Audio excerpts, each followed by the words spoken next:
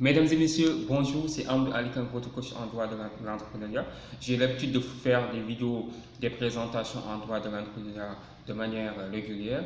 Aujourd'hui, on va parler de ces deux types de contrats, à savoir le contrat de travail à durée déterminée et le contrat de travail à durée indéterminée.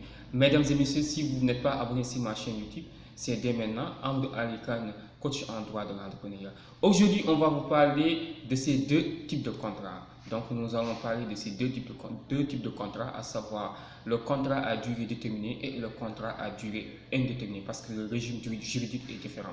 Donc, ils n'ont pas le même régime juridique. Mesdames et messieurs, chers commerçants, chers entrepreneurs, donc il est très intéressant de différencier ces deux types de contrats. Un contrat à durée déterminée, c'est un contrat dont la durée est bien définie. Donc, soit c'est 1 an, 2 ans, soit c'est 3 ans, maximum 4 ans. Un contrat à durée déterminée ne doit pas dépasser plus de 4 ans selon la loi du travail. Si vous avez un contrat à durée déterminée de 4 ans, automatiquement, le renouvellement du contrat doit être un CDI. Donc, c'est ça un contrat à durée déterminée. Donc, le régime juridique n'est pas le même que le contrat à durée indéterminée. Alors qu'un contrat à durée indéterminée, c'est un contrat dont la durée n'est pas bien définie. Donc, ça peut être 5 ans, ça peut être 6 ans, ça peut être 8 ans. Donc, c'est illimité. Donc, on ne sait pas. On ne sait pas c'est la limite du contrat. Donc, c'est un contrat à durée indéterminée. Donc, il n'y a pas une durée bien définie du contrat. C'est pour cela qu'on parle de contrat à durée indéterminée. Donc, comme vous le savez, le régime juridique est différent. Quand vous avez un contrat à durée déterminée, il y a ce qu'on appelle la fin d'un CDD. Si vous avez un CDD de 4 ans, à la fin du contrat de travail à durée déterminée, si on ne vous renouvelle pas le contrat, il y a ce qu'on appelle l'indemnité de fin de CDD, indemnité de fin de contrat qu'on va vous rembourser. Donc, à ceux qui ont les CDD et à la fin de leur CDD qu'on leur libère. Donc, c'est ça qu'il faut comprendre plus spécifiquement des CDD.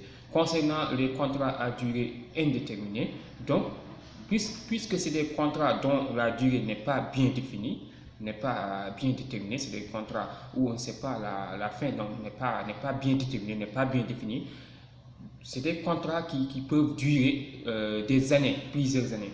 Maintenant, il y a ce qu'on appelle la protection juridique de l'employé. Donc, il y a un certain nombre de critères, un certain nombre de règles qui s'imposent bien sûr à l'employé comme à l'employeur.